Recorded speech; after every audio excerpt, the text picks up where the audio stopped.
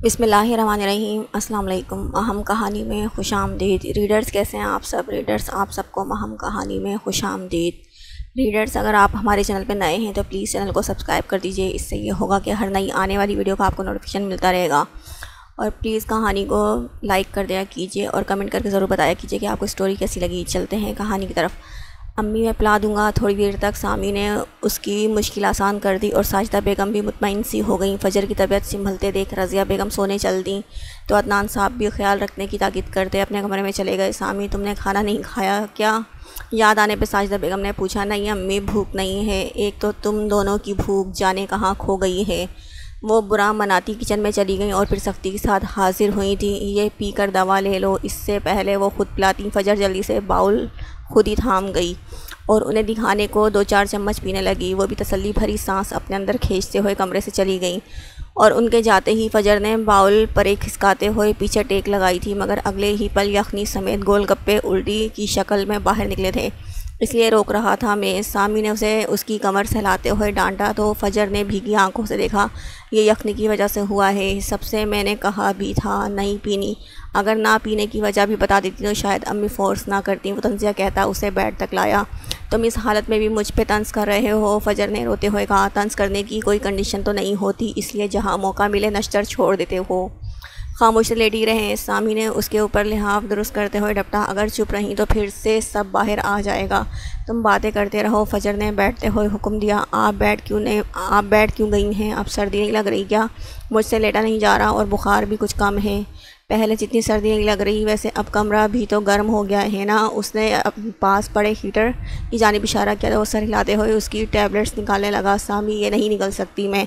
कोई बात नहीं, चबा लिएगा। वो लापरवाही से कंधे उचका गया। अब जल्दी से मुँह खोले वरना मैं अम्मी को आवाज़ लगाऊंगा।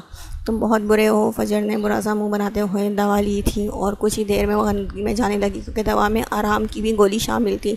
आधी रात को सामी की आंख फजर के खांसने से खुली। जो सांस लेने की कोशिश में खांस रही थी। क्या हुआ? वो फ़िक्रमंद सा उसके करीब आया। मुझे सांस नहीं आ रही, मेरा चेस्ट जाम हो गया है और गले में भी कांटे चुभ रहे हैं। मैं गर्म पानी लेकर आता हूँ। वो तेज़ी से बिस्तर छोड़ता किचन में भागा और फजर के पीने के लिए पानी नीम गर्म किया था। ये पिए, गला तर होगा तो अच्छा महसूस करेंगी। सामी ने गिलास उसके कांपते होंठों से लगाया जिससे वो मुश्किल 2 घूंट ही ले सकी और फिर से क्यों करते करते गले समेत आंसू बहाने लगे।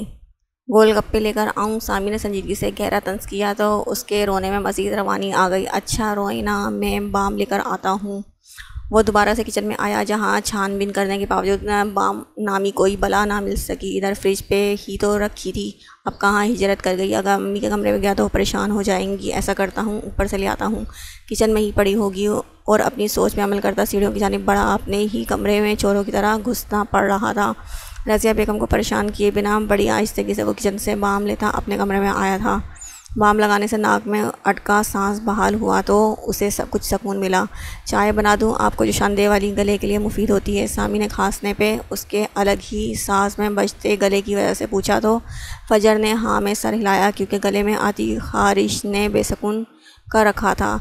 बिना शोर के चाय बनाना भी कितना मुश्किल काम है। उसने आज जाना था। चाय कप में डालकर जो शानदार मिक्स करने की आवाज़ में पूरे किचन में ढोल की मानिंद गहरी छाप छोड़ती महसूस हुई तो वो जल्दी जल्दी लाइट बुझाता किचन से निकला था। चाय का घूंट हलक में उतरते ही सुकून बख्शने का बाइस बना। गरम गरम चाय गले को ठीक करने में मावन साबित हो रही थी। फजर ने मोहब्बत से सामी को देखा जो गोद में रखे तकिए पे सर टिकाए उसे ही देख रहा था। तुम बहुत अच्छे हो। अभी कुछ घंटे पहले तो मैं बहुत बुरा था। वो हंसते हुए जवाब तलब नज़रों से देखने लगा। जब चुपचाप मेरा कहना मानते हो तब मुझे बहुत अच्छे लगते हो और जब आपकी नहीं मानता तब जहरीला मेंढक लगते हो। मगर मेंढक तो जहरीला नहीं होता। जानवरों में सबसे ज़्यादा जहरीला मेंढक होता है, मगर वो अपने जहर को इस्तेमाल में नहीं लाता। फजर ने उसके इल्म में इजाफ़ा किया था। अच्छा उस्तानी जी, अब सो जाएं। सामी ने नींद से भारी होती आवाज़ में कहा तो सर हिलाती उसके करीब दराज हुई। उसका हाथ थाम गई। जब मैं ठीक नहीं होती तो यूँ ही अम्मी जी का हाथ पकड़ लेती हूँ, फिर नींद जल्दी आ जाती है। उसने सामी के देखने पे वजह बयान करते हुए आंखें मूंद ली। सामी भी मुस्कुराते हुए फजर की तरफ रुख करता आंखें बंद कर गया। ममा, मैं सबिका से शादी करना चाहता हूँ। तैमूर ने बिना तमहीद बांधे उनके सर पे धमाका किया था। व्हाट? हु? सबिका? ताई हत्ते से अखड़ गई। मम्मा सबिका आलम की बात कर रहा हूँ। ओ ताई को कुछ हौसला हुआ कि तैमूर ने भी ताबिश की तरह उनके मिजाज के ख़िलाफ़ लड़की नहीं चुनी। तुम लाइक करते हो सबिका को, उन्होंने सोचते हुए तस्दीक चाही। Yes mom, I like her. Your बाबा आते आए तो मैं कन्वर्सेशन करती हूँ। मम्मा साफ बात नहीं करनी, अपना आपने उन्हें मनाना है। वो बेकरारी से बोला तो सच तो ये था कि जब सबिका को करीब से देखा था उसका चैन सुख सब उजड़ चुका था। वो कमरे से निकली तो सामने ही तैमूर की मम्मा पापा और भाभी को देखकर उसका माथा ठनका, मगर चेहरे पे मसनूई मुस्कुराहट से जाती सबसे मिलती सनम के पास आ बैठी। दरअसल टुडे हम वेरी इंपॉर्टेंट मकसद फॉर के लिए आए हैं। हम अपने सन के लिए सबिका का हैंड मांगने आए हैं। मैं सबिका को डॉटर इन लॉ बनाना चाहती हूँ। उन्होंने मुस्कुराते हुए सबिका के चेहरे से मुस्कुराहट छीनी थी।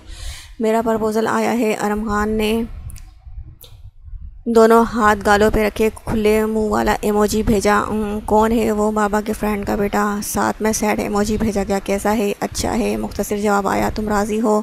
अगर मामा बाबा राज़ी फिर क्या करेगा काजी? मामा बाबा कहीं भी कहेंगे तुम शादी कर लोगी? दोनों आंखें हैरानगी से बाहर निकालने वाला इमोजी के साथ पूछा गया। हाँ मामा बाबा किसी गैर से तो मुझे बयाने से रहे। वैसे भी अच्छा है वो, लो जो अच्छा होगा तुम उससे शादी कर लोगी। अच्छा तो हमारे कॉलोनी का गार्ड भी बहुत है, बेचारा पूरी रात जागकर हमारी निगरानी करता है, जिसकी बदौलत हम सुकून से खराटे भरते। अच्छा तो पाकिस्तान का सदर भी बहुत है। अच्छा तो हमारा वज़ीर आज़म भी बहुत है जो आवाम के लिए फ़कीरी के आला दर्जे पे फाइज़ हो जाता। और अच्छा तो वज़ीर तालीम भी बहुत है। इतनी टेंशन बच्चों को नहीं होती जितनी उसे होती कि बच्चों का नुकसान ना हो जाए। वैसे अच्छा तो मैं भी बहुत हूँ। शर्माने वाले बंदर को भी साथ चिपका कर सेंड का बटन दबाया था। एंड वाली बात से मैं मुत्तफ़िक नहीं। शरारत से इमोजी की ज़बान बाहर निकाली गई। तुम्हारे पेरेंट्स राज़ी हैं? पता नहीं, बाबा ने अपने फ्रेंड से सोचने का टाइम मांगा है। तुम्हारा वो कज़न तो बड़ा राज़ी होगा ना कि तुमसे जान छूटने वाली है। उसे अभी खुश होने का मौका नहीं मिला। वो घर पे नहीं था जब वो लोग आए, वरना उसका बस चलता तो आज ही मेरी रुखसती भी करवा देता। वैसे ये नाइंसाफ़ी है, तुम्हारी शादी हो रही है और मैं बेचारा सिंगल घूम रहा हूँ।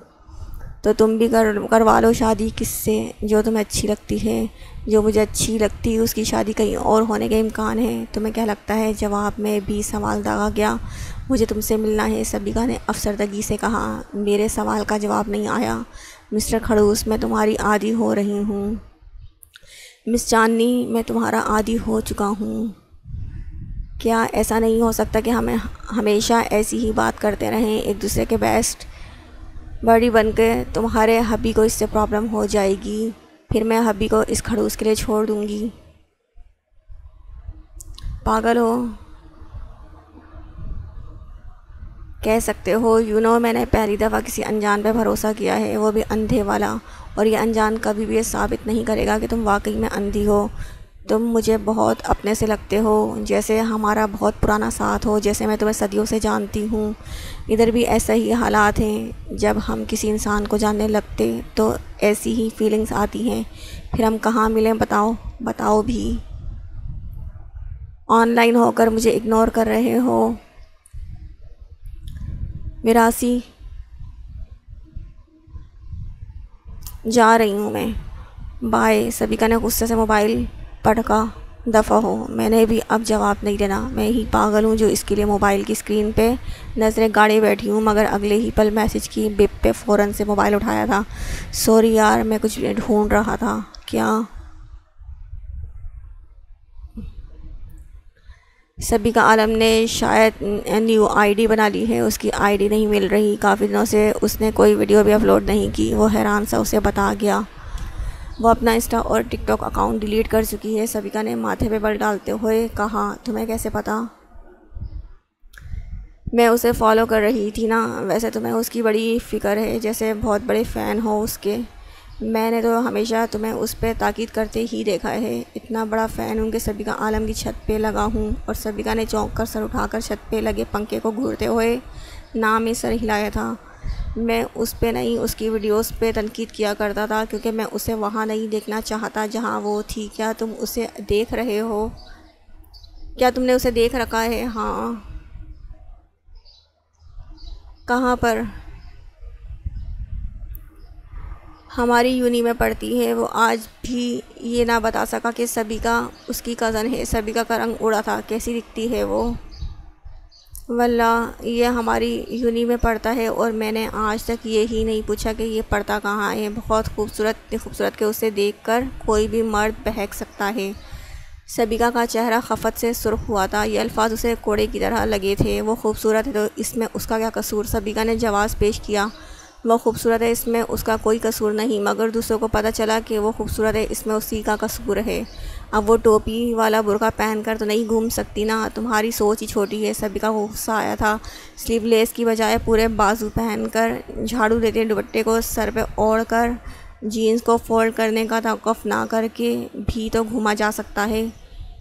कम से कम एक औरत को पहनने ओढ़ने की इतनी सेंस तो होनी चाहिए कि उससे जुड़े मर्द को ये बताते हुए शर्मिंदगी महसूस ना हो कि इस औरत से मेरा फ़ला रिश्ता है।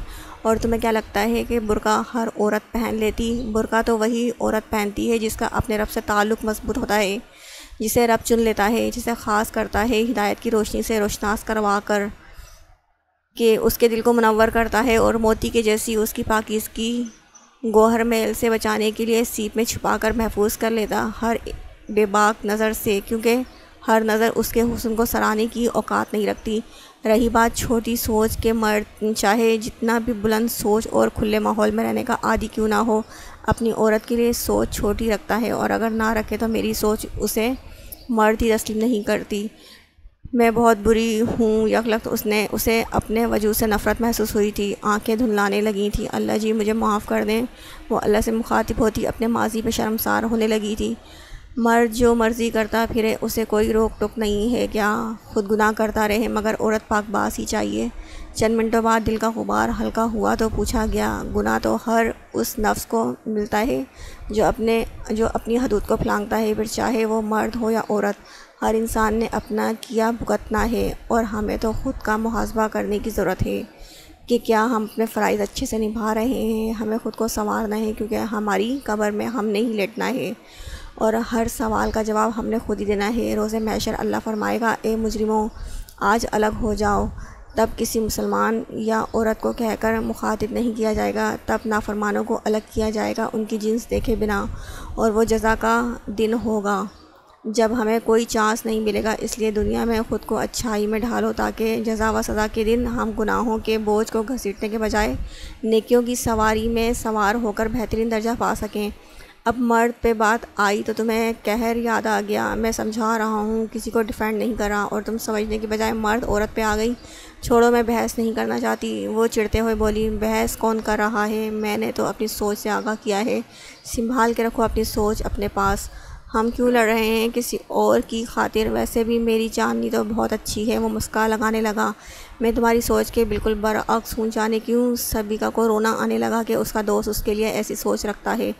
मुझे यकीन है कि तुम एक दिन मेरी सोच का अक्स होगी। और वो रोते में भी मुस्कुराने लगी थी। दूसरे की सोच के मुताबिक ख़ुद को ढाल लेना, ये कैसी मोहब्बत है जिसमें हम दूसरों को बदलने के ख्वाह हों? कौन सी मोहब्बत? क्या हमारे दरमियान मोहब्बत है? दोस्ती वाली मोहब्बत तो है ना हमारे दरमियान? बताने के साथ पूछा गया, दोस्ती वाली मोहब्बत कैसी होती है? मुझे तो कभी नहीं हुई, और दोस्त भी तो एक दूसरे का अक्स ही होते हैं ना।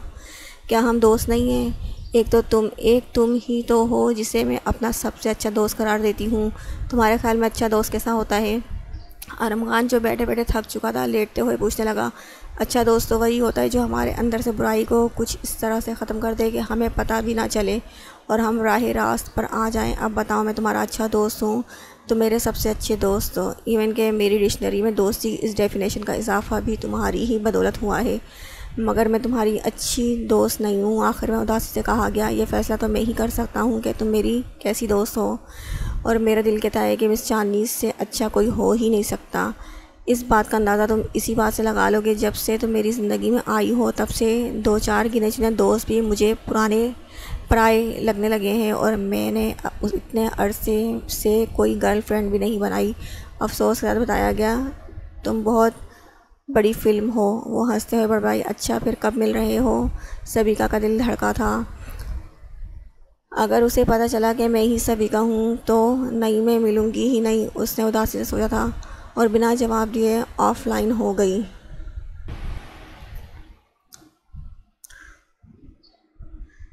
हरम उठो, ताबिश आया है। ज़ाहिरा ने उसे झंझोड़ा जो गधे घोड़े बेचे सो रही थी। तो क्या उसके चरणों में बैठ जाऊं?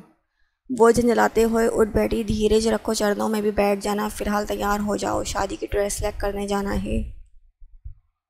ज़ाहिरा ने लिहाफ फोल्ड करते हुए कहा तो वो पाँव पटकती कमरे से बाहर निकली और एक घुसीली निगाह ताबिश पर डालती वॉशरूम में घुस गई।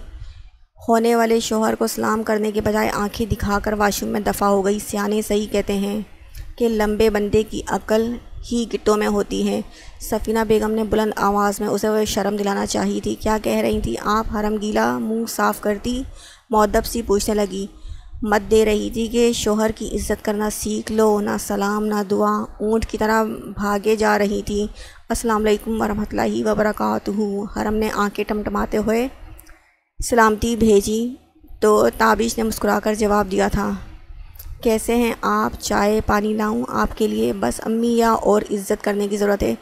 कहने के साथ अम्मी की तरफ देखा जो नागवारी से अपनी बेटी को घूर रही थी। पता नहीं जब अकल बांटी जा रही थी तुम कहाँ मुंह उठाए फिर रही थी? सफ़ीना बेगम ने आह भरी। अम्मी याद करें, आपका पल्लू पकड़े पीछे पीछे ही तो चल रही थी। हरम ने सोचते हुए बताया तो सफ़ीना बेगम के पास पड़ी टोकरी ने उसकी तरफ लैंड किया था। क्या मतलब है तेरा कि तेरी माँ में अक्ल नहीं है? ओहो अम्मी, होने वाले शोहर के सामने तो पराइयों जैसा सलूक ना करें। और आप किससे भी पूछ लें, मैंने ऐसा वैसा कुछ नहीं कहा। मैं भला अपनी अम्मी को ऐसी बात बोल सकती हूँ? हरम ने नीचे गिरी टोकरी उठाते हुए मुँह बस हो रहा।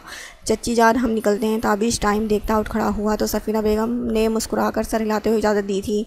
भेड़ बकरियों की तरह इधर उधर हाँकने मत लग जाना और ताबिश के साथ ही रहना। ख़बरदार जो वहाँ जाकर हीर दांत निकाले या किसी से पंगा लिया, मुंह बंद करके जाओ और इसी तरह वापस आना। सफ़ीना बेगम ने बज़ाहिर मुस्कुराते हुए सख्ती से ताकीद की थी। अब तो आपके दामाद के कान न पकड़वाए, ना को चने ना चबवाए तो मैं भी आपकी बेटी नहीं। वो बुरा मुंह बनाती घर से बाहर निकली तो सफ़ीना बेगम ने मुस्कुराती ज़ाहिरा की तरफ देखा। अम्मी आप परेशान ना हुआ करें, वो अपना अच्छा बुरा खूब समझती हैं। ज़ाहिरा की तसल्ली पे वो सर हिला गई। आज रावी बड़े जोश व खरोश से बह रहा है, सब ठीक है ना? ताबिश ने आईब्रोज उचकाकर मुँह सजाकर बैठी। हरम से पूछा, मुझे क्या पता मैं कौन सा रावी के किनारे बैठकर कपड़े धोती हूँ? मैंने तो आज तक रावी की शक्ल तक नहीं देखी। तुम खुश नहीं हो रावी को देखे बिन? हरम ने हैरानी से पूछा तो वो सांस भरता रोड पे नज़रें मरकूज़ कर गया। किसी ने कुछ कहा है? वो कुछ तवक़्क़ुफ़ के बाद बोला, मैं उधार रख कर बाद में पछताने वालों में से नहीं हूँ। उसने एक सुनकर चार सुनाने वालों में से हूँ। इसी तरह खा जाने को क्यों आ रही हो? तहम्मुल से बात करो, तुम्हारे पास ही बैठा हूँ। उसके ऊंची आवाज़ में बोलने से ताबिश ने तंसिया कहा। वो पेशानी पर बल डाले रुख ही मोड़ गई। हरम मोहब्बत से पुकारा गया, क्या है? लहजा जज्बात से आ रही था। जो बात है सीधे से बताओ, यूँ रुख मोड़ने या मिर्चें चबाने से क्या होगा? ताबिश मेरी एक बात अपने कानों में बिठा लो, तुम मुझसे शादी करने के ख्वाहिशमंद हो ना कि मैं, इसलिए अपने सो कोल्ड कज़न को समझा लो। दोबारा मेरे घर में आकर हंगामा किया तो अच्छा नहीं होगा। जोनी कब आई? कल आई थी। वो तो शुक्र है अम्मी घर पे नहीं थी, वरना उनकी नाज़ेबा बातें सुनकर पक्का इनकार कर देती। क्या कह रही थी वो? ताबिश ने तने आसाबों से दरियाफ़्त किया। कह रही थी जो तावीज़ धागे डाले हैं वो उतार लूँ, ताबिश जादू के हसार से निकलकर उसका चीला बन सके और इस खुशफहमी से निकल आऊँ कि हमारा रिश्ता ज़्यादा देर तक चलेगा। हरम ने हंकारा भरते हुए बताया तो ताबिश का क्या कहाँ गूंजा था। इस बात पे मुंह बना रखा था। मैं समझा पता नहीं क्या हो गया। ये सब पहली दफ़ा हो रहा है जो यूँ रिएक्ट कर रही हो। तुम्हें उसकी नेचर का पता तो है। अंदर का गुबार निकालने को जब कोई और ना मिला तो तुम्हारे पास चली आई। तुम इग्नोर करो उसे और मुझ पे भरोसा रखो। मेरी कोई मजबूरी नहीं है जो उसकी बातें बर्दाश्त करूं।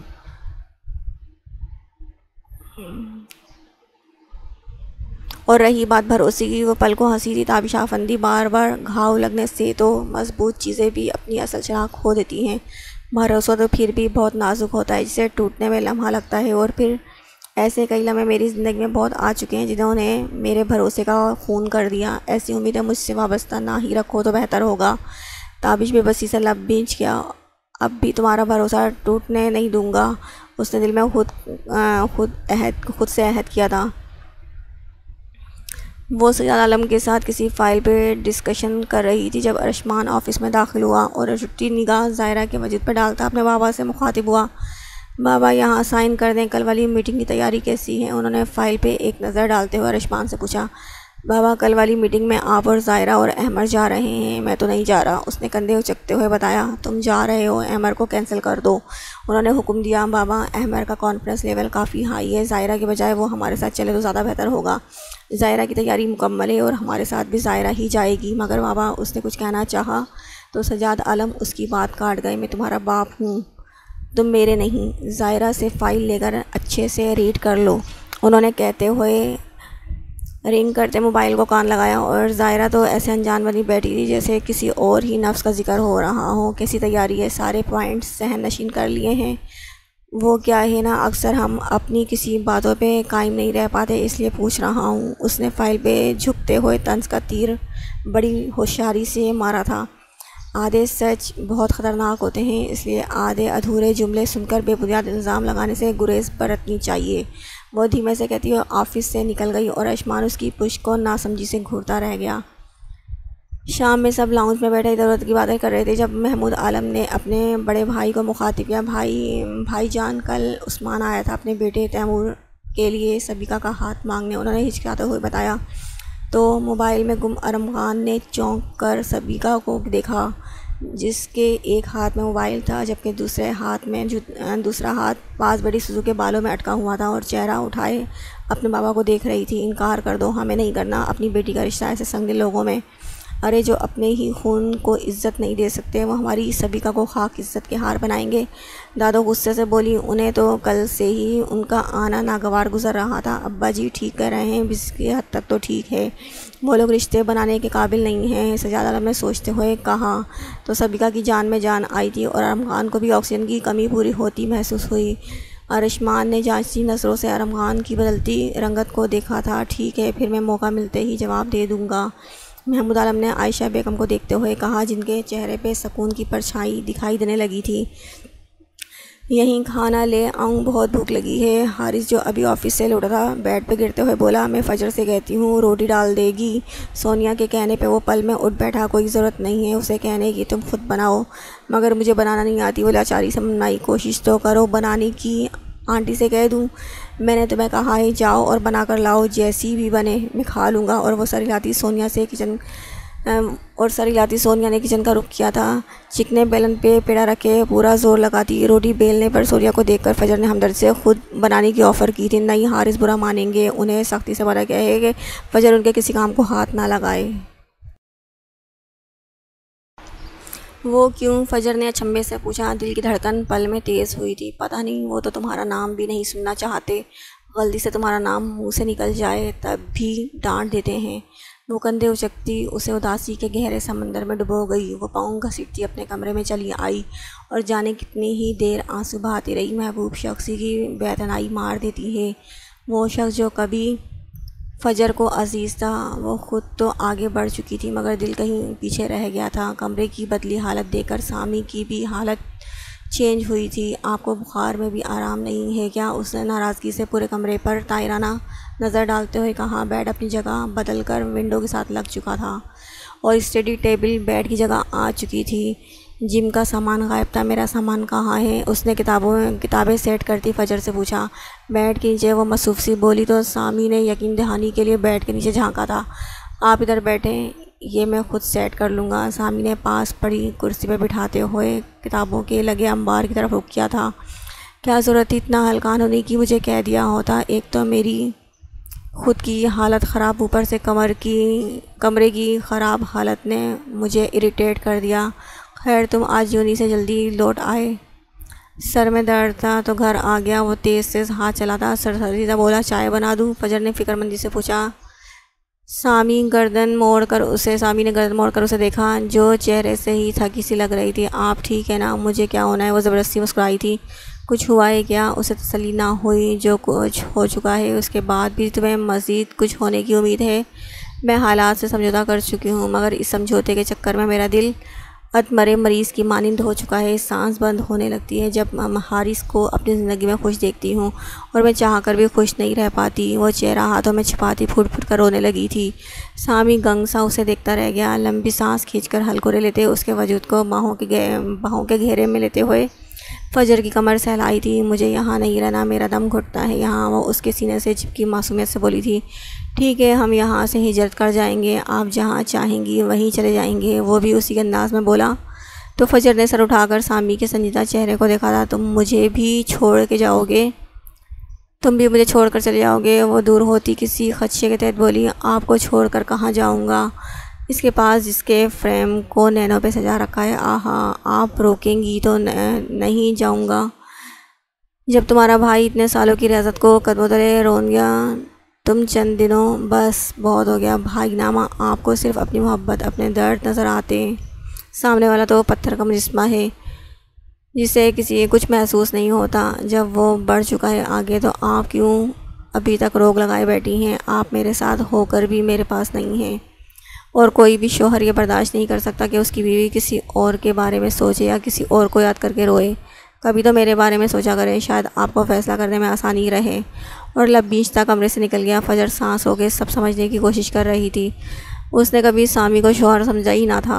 वो तो उसे वही छोटा सा सामी समझ रही थी जिसकी टांग खींचकर वो एंजॉय किया करती थी। ज़ायरा ने ऑफिस से निकलते हुए ऑटो की तलाश में इधर उधर निगाहें घुमाई थी, मगर अपने करीब रुकती गाड़ी को देखकर उसने ड्राइविंग सीट पर बैठे शख्स को चौंक कर देखा। मैं आपको घर छोड़ देता हूँ, अरम खान ने मुस्कुराकर ऑफ़र दी थी, जिसे ज़ायरा ने मुस्कुराकर तवक़्क़ुफ़ के बिना ठुकराकर इधर उधर देखने लगी। प्लीज़ आ जाए ना।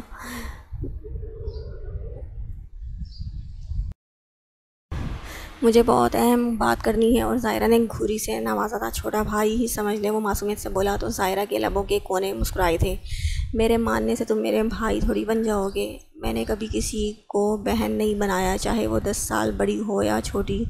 आप पहली दफ़ा दिल पर पत्थर रख के ये अल्फाज अदा किए हैं, और यकीन माने मैं ज़बान से निकले लफ्ज़ों की पासदारी करने का आदी हूँ। और ज़ायरा सर हिलाती उसके साथ वाली नशिस्त पे बराजमान हुई थी।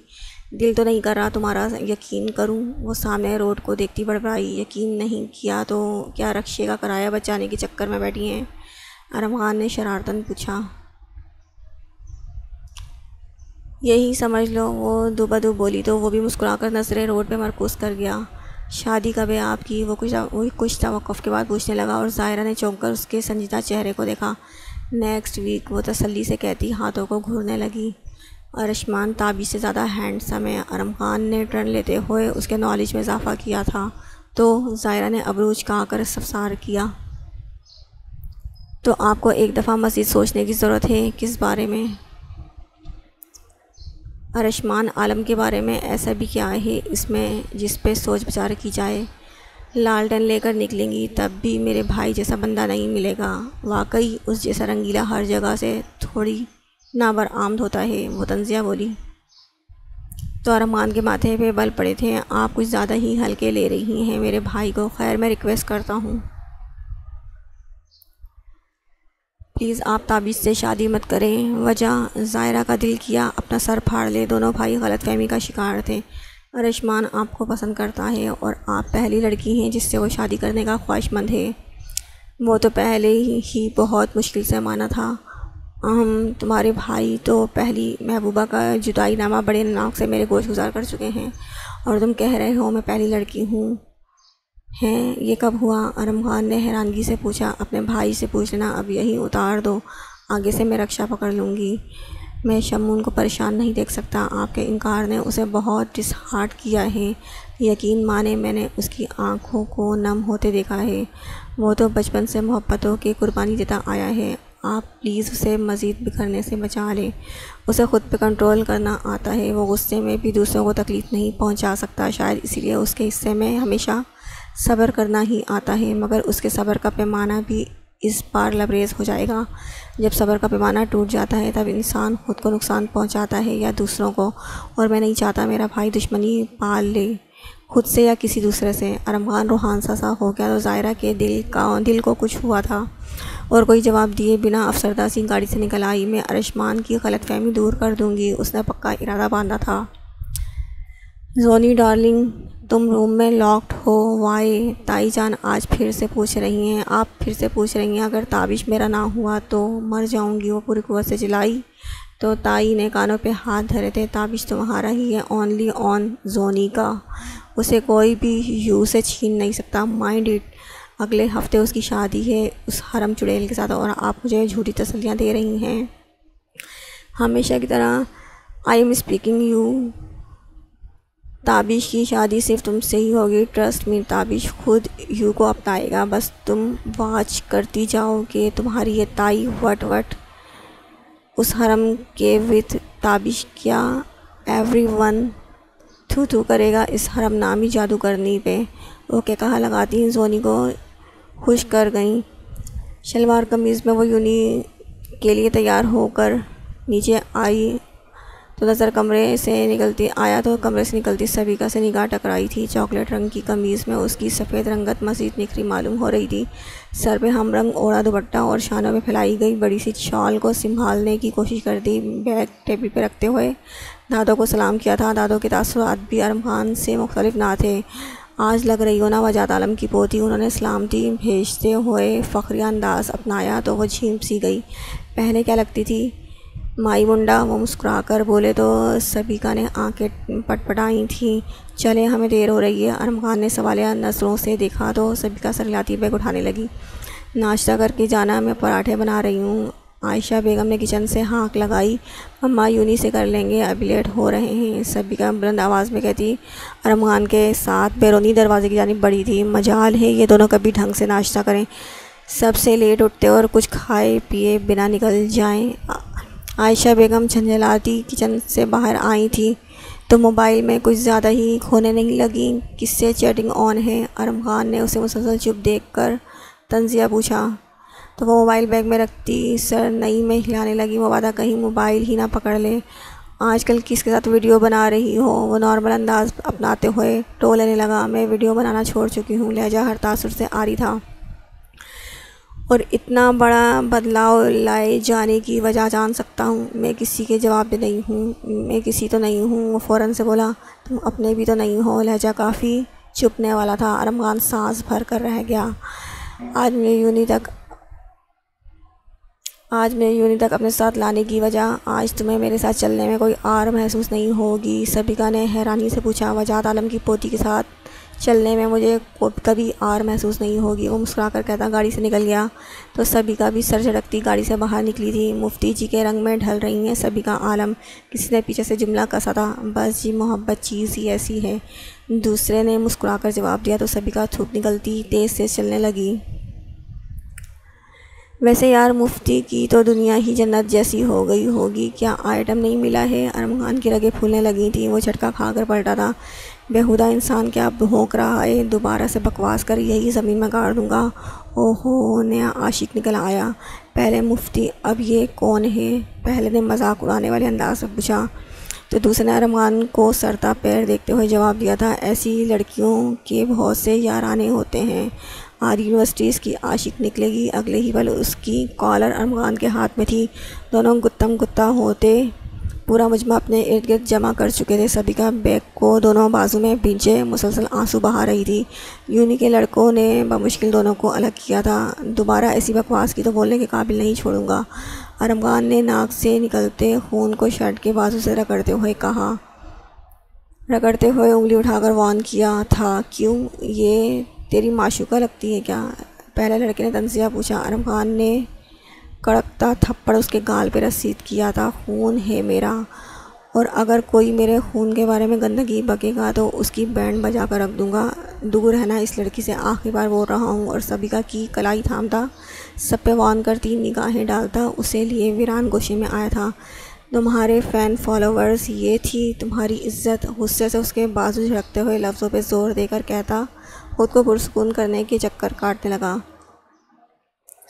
हम घर चलते हैं, तुम्हें चोट लगी है? वो आंसू रगड़ती फिक्रमंदी से उसकी जानिब लपकी थी। ठीक हूँ मैं, वो नागवारी से कहता अपने डिपार्टमेंट की जानिब बढ़ गया। और सबिका ने धुंधली आंखों से उसकी पुश्त को घूरा था। जो कल तक उसे साथ चलने से इनकारी था, आज भरे मुझमें अपना खून करार दे रहा था।